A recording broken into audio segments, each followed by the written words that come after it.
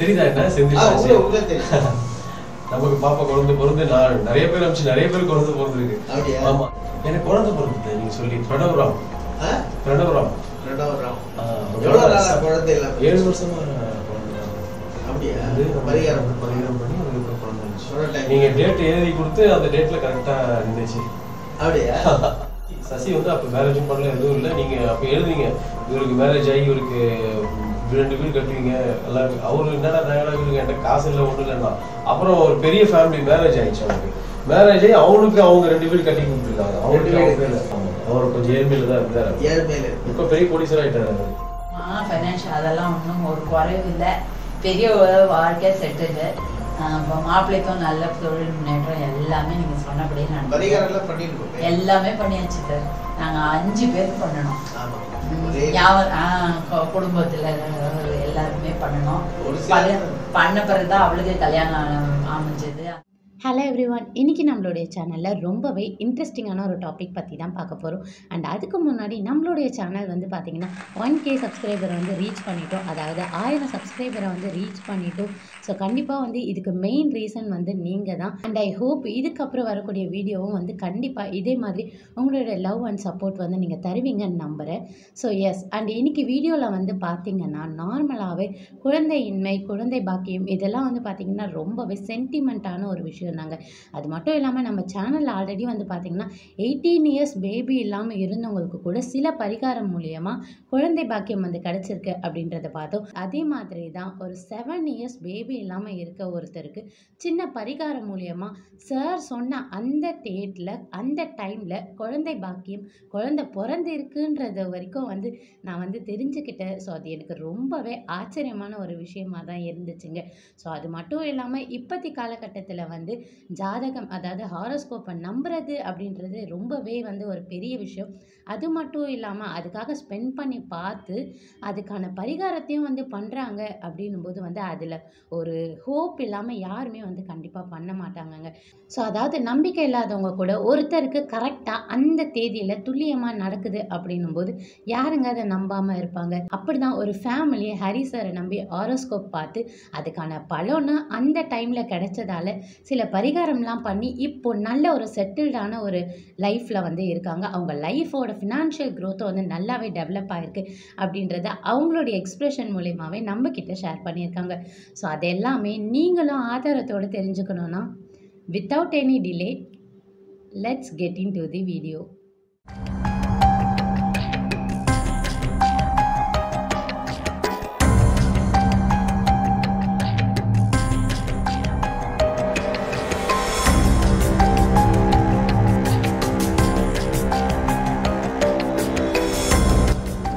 வணக்கம் நண்பர்களே, இன்றைய பதிவில் நாம் என்ன பார்க்க போகிறோம்னா தூக்கத்தில் நடக்கும் ஒரு வியாதி. கேள்விப்பட்டிருப்பீங்க, ஆங்கிலத்தில் சோமனாபுலிசம் அப்படின்ற பேர்.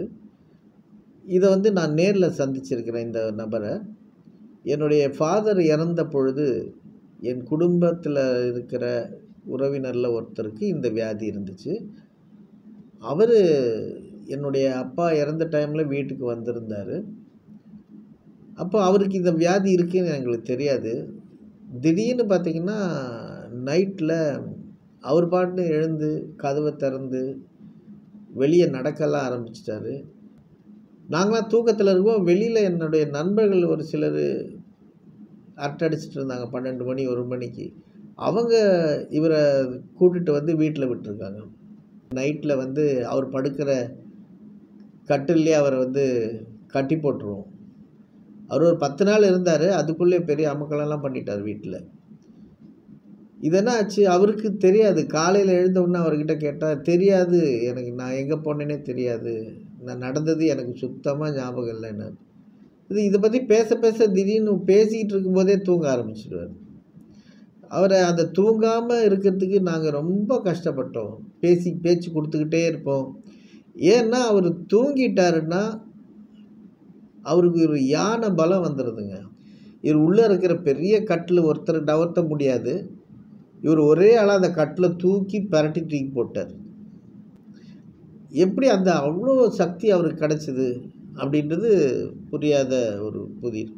அதுக்கப்புறம் அவரை நல்லா ஆக்கிறதுக்காக நிறைய பிரார்த்தனைகள் அதெல்லாம் பண்ணோம், அது வேறு விஷயம். அது இந்த வியாதி என்ன அப்படின்னா, நம்மளுடைய அந்த 5 சென்ஸும் இல்லாமல் நம்மளுடைய சப்கான்ஷியஸ் லெவலில் அவங்க செயல்படுறாங்க. நம்மளுடைய சப்கான்ஷியஸ் கண்கள் மூடிய நிலையில் அவங்களால பார்க்க முடியுது. அப்போனா அது ஆச்சரியம் தானுங்க. வழக்கமாக செய்யப்பட்ட விஷயங்கள் எல்லாமே செய்கிறாங்க. இதை பற்றி நிறைய ஆராய்ச்சி பண்ணியிருக்காங்க. எங்களுடைய வியூ என்னன்னா, நம்மளுடைய சப்கான்ஷியஸுக்கு அளவற்ற ஆற்றல் இருக்குங்க. நம்மளுடைய வாழ்க்கையை நம்மளுடைய சப்கான்ஷியஸ் கிட்ட கொடுத்தோம்னா அது மிகப்பெரிய அளவில் நம்மளை வாழ்க்கையை திசை திருப்பி கொண்டு போகும். அந்த ஆற்றலை ஒருமுகப்படுத்தி கொண்டு வரணும். அதுதான் முக்கியமான விஷயம். அந்த சப்கான்ஷியஸ் கண்கள் மூடிய நிலையில் பார்க்கும், காதின்றி கேட்கும், மூக்கின்றி சுவாசிக்கும், நாக்கின்றி ருசிக்கும், தொடாமலே ஃபீல் பண்ண முடியும். தொடு உணர்ச்சியை மீறின ஒரு விஷயம் அது. அதாவது நம்மளுடைய அந்த சப்கான்ஷியஸ்க்கு நம்மளுடைய 5 சென்ஸ் தேவையே கிடையாதுங்க. ஒரு உடல் இறந்த பிறகு அங்கே இருக்கிறது அந்த சப்கான்ஷியஸ் தான்.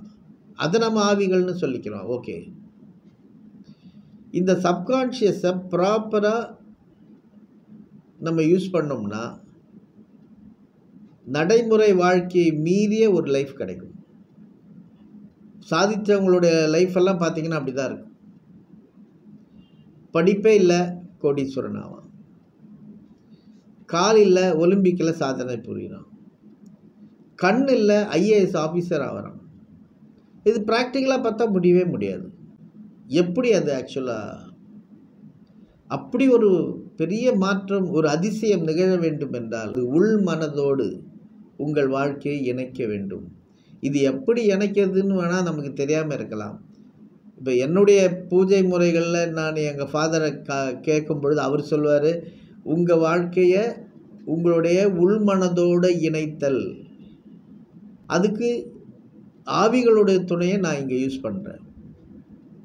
எனக்கு தெரிஞ்சு ஆவிகளுடைய உதவியோடு நம்மளுடைய வாழ்க்கையை நம்மளுடைய சப்கான்ஷியஸிடம், உள்மனதிடம் ஒப்படைக்கிறோம்.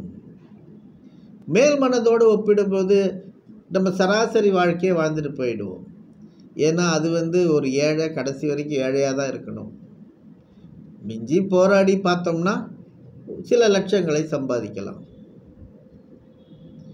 ஆனால் ஏழை திடீர்னு கோடீஸ்வரன் ஆனவங்களுடைய லைஃப்லாம் பார்த்திங்கன்னா அதிர்ச்சியும் ஆச்சரியமும் கலந்துருக்கும். அவங்களே கேட்டால் ஏதோ ஒன்று ஹெல்ப் பண்ணிச்சு அப்படின்னு தான் சொல்லுவாங்க. அவங்க எப்படி அவ்வளோ பெரிய ஆளானாங்கன்னு அவங்களுக்கே அது தெரியாது. உண்மையும் கூட. உழைப்பால் உயர்ந்தேன்னு சொல்லலாம். அதே உழைப்பை கொடுக்குறவங்களால ஏன் முன்னேற முடியல? ஸோ இதெல்லாம் அவரவர் ஜாதகத்தில் 2 கட்டம் போடுவாங்க. ஒன்று மேல் மனதை சார்ந்த ஒரு கட்டம், இன்னொன்று பக்கத்தில் அம்சம்னு ஒன்று போடுவாங்க, பார்த்துருப்பீங்க. அந்த அம்ச கட்டம் தான் நம்மளுடைய சப்கான்ஷியஸ் லெவலில் இருக்கிற பவர்ஸ் எல்லாம், ஹிடன் பவர்ஸ் எல்லாத்தையும் காமிக்கிறது அந்த அம்ச கட்டம் தாங்க. அதன் அடிப்படையில் சில விஷயங்கள் செய்யும் பொழுது ஆச்சரியமான அற்புதமான ரிசல்ட்டெல்லாம் கிடைக்குது. எனக்கு என்னுடைய அப்பாவுடைய துணை இருந்ததுனால அது ஈஸியாக யூஸ் பண்ண முடிஞ்சுது. எனக்கு தெரிஞ்ச ஒரு குடும்பத்துக்கு சில பரிகாரங்கள் பண்ணி கொடுத்தேன். அவங்க ரொம்ப ஆச்சரியப்படுறாங்க. ஒரு சாதாரண நிலையிலேருந்து கோடீஸ்வரன் ஆனாங்க. குழந்தை இல்லாதவங்களுக்கு குழந்தை கிடச்சிருக்கு. இந்த அற்புதங்கள் நிகழ்ந்ததுக்கு ஆவிகளுடைய சப்கான்ஷியஸ் மட்டுமல்ல, நம்மளுடைய சப்கான்ஷியஸும் அதோட கோஆப்ரேட் பண்ணால் தான் முடியும். அந்த பதிவை பாருங்கள் சார். நான் சொல்லி தான் வந்தது. தெரியுதா என்ன செஞ்சு நமக்கு பாப்பா குழந்தை நான் நிறைய பேர் அனுப்பிச்சு நிறைய பேர் பிறந்திருக்கு. ஆமா, என் ஃப்ரெண்டு மேயர் பிஏ, அவருக்கு கூட மேரேஜ் கூட இதுவாகிட்டு இருந்தாலும் அதுக்கப்புறம் 2வது மேரேஜ் ஆகி குழந்தைலாம் போகுது. அவரோட பிஏ ஒரு 4 டேஸ்க்கு முன்னாடி கூட உங்களுக்கு ஃபோன் பண்ணாரா சதீஷ் பார்க்கணும்னு சொல்லியிருந்தாரா. சொல்லியிருந்தாரு. என்னடா எனக்கு மாப்பிள்ளை என்னோட ஒய்ஃபோட அண்ணன் இவருக்கு முன்னால தள்ளி போயிட்டு இருக்கு. ஒய்ஃபுடைய அண்ணன். உங்களுக்கு யாரு நடந்தது? எனக்கு குழந்தை பிறந்தது நீங்க சொல்லி பிரணவராம். பிரணவராம். எவ்வளவு நாளா குழந்தை இல்லாம? 7 வருஷமா குழந்தை இல்லாம. அப்படியா? பரிகாரம் பண்ணி அதுக்கப்புறம் குழந்தை இருந்துச்சு. நீங்க டேட் எழுதி கொடுத்து அந்த டேட்ல கரெக்டா இருந்துச்சு. அப்படியா? நான் நைட்டு 1 மணி கூட உங்களுக்கு கால் பண்ண, நீங்க எடுத்தீங்க. சரி இந்த டைம் பண்றாங்க சொல்றாங்க அப்படின்னு கேட்டேன். பரவாயில்ல அதெல்லாம் பார்க்காதீங்க, குழந்தை நல்ல நேரம் தான் அப்படின்னு சொல்லி அதுக்கப்புறம் அவருக்கும் நம்ம ஆயிட்டு வந்தீங்களா இல்ல கல்யாணம் ஆனதுக்கு அப்புறம் வந்தேன். 7 வருஷம் குழந்தை இல்லாம 7 இயர்ஸ் குழந்தை இல்லாம வந்து அதுக்கப்புறம் குழந்தை வந்து அதுக்கப்புறம் நான் ஒரு 20-30 பேர் உங்களுக்கு அனுப்பியிருப்பேன். என் ஃப்ரெண்ட் சர்க்கிள், எங்க சொந்தக்காரங்க எல்லாம். அதுதான் என்னுடைய ஆசீர்வாதம். கண்டிப்பா கண்டிப்பா. அப்ப நம்ம அங்க இருந்தோம் ஆபீஸ், ரிப்ளிகேட் ஆபீஸ்ல வந்து இல்ல. சரி சரி. நான் வந்து அதுக்கப்புறம் 7 பேருக்கு என்ன பிரச்சனைங்க? ஒருத்தருக்கு மேரேஜே ஆகல, அவருக்கு மேரேஜ் ஆயிடுச்சு. இன்னொருத்தருக்கு அவர் வந்து அப்போ ஹரி சதீஷ்னு ஒருத்தர், சதீஷ் வந்து இல்ல சசி வந்து அப்ப மேரேஜும் பண்ணல, எதுவும் இல்லை. நீங்க அப்ப எழுதுங்க இவருக்கு மேரேஜ் ஆகி இவருக்கு 2 வீடு கட்டுவீங்க எல்லாம். அவரு என்னடா நாங்கடா வீடு என்கிட்ட காசு இல்லை ஒன்றும் இல்லைன்னா. அப்புறம் ஒரு பெரிய ஃபேமிலி மேரேஜ் ஆயிடுச்சு. அவருக்கு மேரேஜ் ஆகி அவனுக்கு அவங்க 2 வீடு கட்டி கொடுத்துருக்காங்க. அவனுக்கு அவங்க பேர்ல 2 வீடு அவனுக்கு. அது இல்லாம கொஞ்சம் ஒரு ஃபேக்டரி வைக்கிறதுக்கும் இடம்லாம் வேற கொடுத்து அந்த மாதிரி அவனுக்கு பரிகாரம் பண்ணோம். நீங்க பண்ணதெல்லாம் சக்சஸ். நான் தான் அவர்களை 2-3 பேரையும் நான் கூப்பிட்டு வந்தேன், அந்த ஆபீஸ் கூப்பிட்டு வந்தேன். இங்க வந்து ரொம்ப வருஷம். சதீஷ்க்கு 2 வீடு வரும்னு சொல்லியிருந்தேன். சசிக்கு 2 வீடு. ஆமா, அவர் கொஞ்சம் ஏழ்மையில தான் இருந்தாரு. ஏழ்மையில இப்ப பெரிய கோடீஸ்வரர் ஆயிட்டாரு அவரு. ஓ ஆமா, இப்ப கோடீஸ்வரர். பரிகாரம் ஆமா ஆனா நீங்க எழுதி கொடுத்துட்டீங்க 3 வருஷம் கழிச்சுன்னு. ரொம்ப 3-4-5 வருஷம் கழிச்சு தான் அவருக்கு அந்த வீடு எல்லாம் கிடைச்சது. வீடு சொத்துலாம் அவருக்கு வந்துச்சு. ஆனா இங்க பாக்கும்போது கல்யாணம் ஆகல. கல்யாணமா அவ்வளவு எதுவும் இல்லை. அவன் கல்யாணம் நடக்குமா பொண்ணே கொடுக்கல அவனுக்கு, ரொம்ப நாளா தள்ளி போயிட்டு. அப்புறம் கல்யாணத்துக்கு தான் நீங்க பண்ணி கொடுத்தீங்க. ஓ கல்யாணம் ஆகிறதுக்கு தான் பண்ணி கொடுத்தீங்க. கல்யாணத்துக்கு முன்னாடி பண்ணாலே வந்து வசதியான லைஃப் கிடைக்கும் ஜென்ரலா. கல்யாணம் முடிச்சுட்டு வந்தா அந்த ஆப்ஷன் போயிடுச்சு இல்ல. கல்யாணம் முடிச்சுட்டு வந்து பரிகாரம் பண்றாங்கன்னு வச்சுங்களேன், அந்த வசதியான வீடு அப்படின்ற ஒரு ஆப்ஷன் போயிடும். இவரு கூட கல்யாணம் நீங்க தான் நல்லா நடத்துன்னு சொன்னீங்க, நீங்க சொன்னது நடத்துறோம். நீங்க தான் எழுதி கொடுத்தீங்க. ஆனா பையனுக்கு எழுதி வரைஞ்சே கொடுத்துட்டீங்க நீங்க, இந்த ரேட்ல குழந்தை நிற்கும் அப்படின்ட்டு. கனடால படிக்க போய் அதோட ஃபெயில் ஆயிட்டாரு. அவங்க நான் உங்ககிட்ட வந்தேன் கொடுத்துட்டேன், நீங்களே அவருக்கு அமிச்சிங்க கனடாக்கு. போட்டோ வச்சு வீட்டுல படிக்க சொல்ல பாஸ் ஆயிட்டாரு. அப்படியா? என்ன எக்ஸாம் அது? Physiotherapy exam. அங்க வந்து எக்ஸாம்லாம் லைசென்ஸ். ஓ அதுக்கு எந்தெல்லாம் ரெடி பண்ணி கனடாவுக்கு அமிச்சு நீ அமிச்சிட்டீங்களா? சரி, அவருக்கு கொஞ்சம் பாஸ் ஆயிட்டாரு. கல்யாணத்துக்கு வந்தான். ஒரு மனுஷனுடைய அன்றாட வாழ்க்கையை நடத்தி செல்வதற்கு நம்மளுடைய மேல் மனம் போதுமானது. ஆனால் இந்த சப்கான்ஷியஸ் இருக்கு பாருங்க, நம்மளை மெய்மறந்த நிலையில் சில காரியங்களை செய்கிறோம். ஒரு கார் ஓட்டிகிட்டு போகிறோம், ஆனால் எதையோ திங்க் பண்ணிட்டு தான் ஓட்டிகிட்டு போகிறோம்.